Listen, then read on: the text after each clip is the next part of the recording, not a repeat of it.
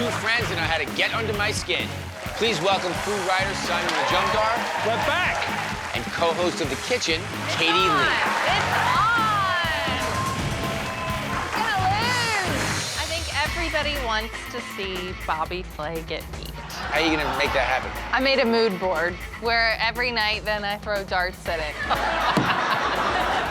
So, Simon, I came to meet your acquaintance as a judge and Iron Chef. You said I was the judge that terrified you the most. It's true. Oh. Is this so? I'm very pleased about Glad that. that we're together then. It is true. So who do you guys have tonight? Working at one of Hawaii's top restaurants, this contender might be from paradise, but today's going to be no day at the beach for you. Say aloha to Shaymus Alwin. Next up, he comes from a family of fishermen, and tonight he is reeling for a win against you, Bobby. Please welcome Boston restaurateur, Jeremy Sewall.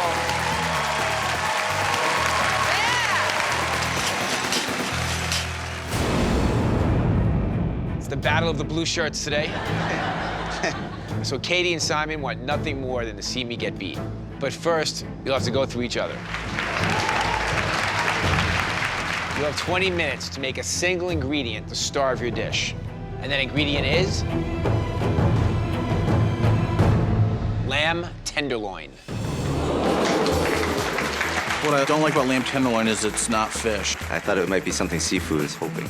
Seeing as Chef Jeremy and I both work at seafood restaurants. It can overcook pretty quickly, and it's something that's pretty easy to screw up. Katie and Simon will be tasting your dishes and decide which one of you guys moves on. Ready?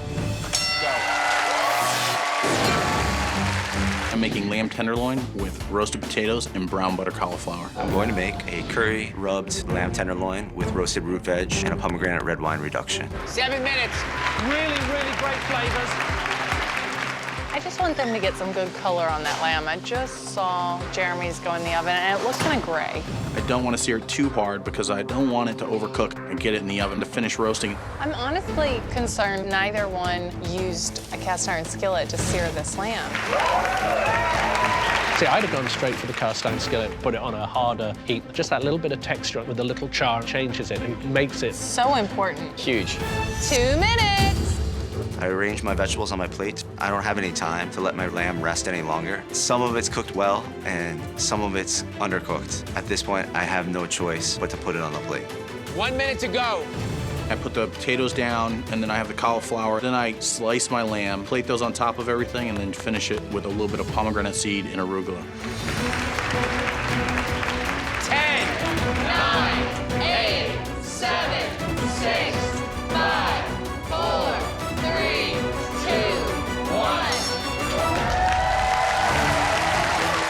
I think my flavors are going to bring more to the table than Chef Jeremy's. I didn't get my sauce on the plate. I'm really disappointed. I thought that was going to be something that was really going to help that dish kind of come together. Chefs, our mission tonight is very clear, and that's to beat Bobby Flay. It's all going to come down to what you did to this lamb tenderloin to make it the star of your dish. Shaymus, please could you tell us what dish you made? I made a curry in a hurry rubbed lamb tenderloin with roasted root veg and pomegranate reduction. I have to say, coming from an Indian background, I've never heard of curry being done in a hurry. I actually didn't get much of a curry flavor in mine, but the carrots are perfectly cooked. My lamb, the sear's not perfect, but there is some sear to it. I have some of the tip here that was a little overcooked, and then in the middle, it looks like it's still following Bo Peep around. The pop of the sauce and the bits of lamb that I tried, that you had got just right, were absolutely delicious. Chef Jeremy, tell me what you made. I made a marinated lamb tenderloin with roasted potatoes and brown butter cauliflower. There's not much of a sear on here. What you have got, though, is lamb that's been rested enough, and you've got that gradual pink going to the edge. The star on the plate for me is the cauliflower. I love that butteriness to it. I really wanted to see some color on that lamb. Mine was kind of gray. It just looked sad. The cauliflower is beautifully cooked. If this had been Fall Vegetable Challenge, you guys would be like head-to-head on each other. There isn't a clear winner. It was all about the lamb tenderloin. Unfortunately, they didn't really do a great job, but they showed a lot of good technique. It's kind of nutty that it's going to come down to who cooked their vegetables better. The chef to compete against Bobby Flay is Chef Jeremy. I'm a little bummed out that I'm not going to get the opportunity to go against Bobby, but it's just an honor to come out here and rep Hawaii. Aloha, Bobby. Chef, the cauliflower was probably the best thing on either plate. You told me it wasn't your first rodeo. You better get on that bucking bronco and ride it for 8 seconds. You got it. Because you got to beat him. Okay.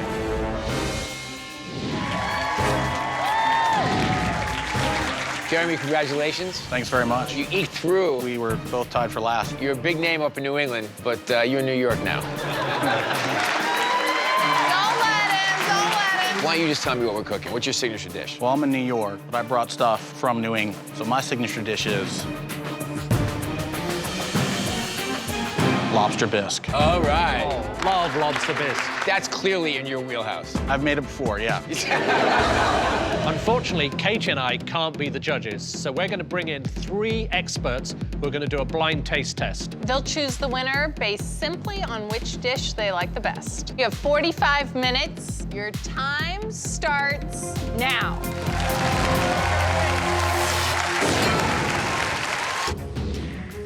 Do you see that Bobby has actually split his bisque into 2 pots? It's too thin. And bisque has got to be rich and silky and a little bit thick. Now he's adding some creme fraiche, it looks like, trying to thicken it up. You got 2 minutes, guys.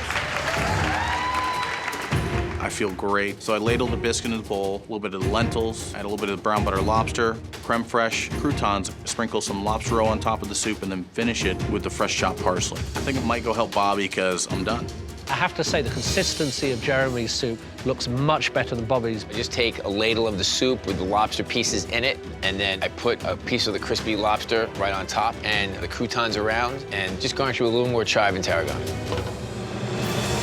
10, 9, 8, 7, 6, 5, 4, 3, 2, 1. Dish is done, came out exactly the way I'd hoped. Boston loves to beat New York, so that's really my goal. So Jeremy's bisque is really classic and traditional, and mine, I took a risk by going French. Good job. I hope the risks actually pay off. Congratulations, Jeremy and Bobby. Now it's time to meet your judges. Chef owner of Toro in New York City, Jamie Bissonnette. Author and nutritionist, Kerry Glassman. And the chef owner of Ed's Lobster Bar, Ed McFarland. Judges, as you know, this is a blind taste test, so please start with the first dish in front of you.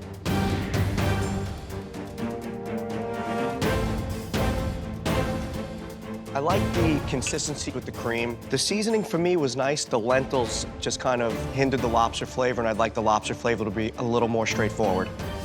When I think of lobster bisque, I think of that thick, creamy consistency, and this had that. And I love that it was the lentils in there, but the flavor just kind of felt a little bit flat to me. I love that they used lentils in a bisque. I think that makes it interesting and different. But again, on flavor, maybe the richness and the salt, they competed with each other, and I didn't get much else. Judges, please try the second dish.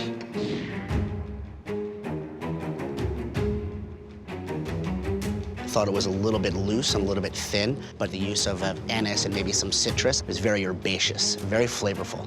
And I liked that the lobster cooked 2 different ways, had great texture. I love that anise flavor in there. I also liked the taste of fennel in there. It made it really unique, but I missed the thickness and the heaviness of a bisque. The consistency looked really thin. When you see it against the other bisque, that's the proper consistency. But the lobster in it was cooked perfectly. It was super tender. And the fried lobster claw on top and the different texture in the soup was a nice touch. 2 really great approaches to lobster bisque, but very different. Judges, it's now time to take a vote. Bobby's was really thin. If you're gonna eat a bowl of bisque, it should really feel like something comforting and really luscious, and that's what my bisque was. I knew the consistency was gonna be a problem. I'm just hoping that the flavor kind of carries me to victory. So the judges have voted. And the winner is Bobby Flay. Both dishes were really great. I had to go with dish B just for the flavors and the fennel that was in the dish. Even though I didn't win, I still feel like I came and I represented Boston in a very positive way. I'm shell-shocked. I have nothing to say for once in my life. That's my real victory right there.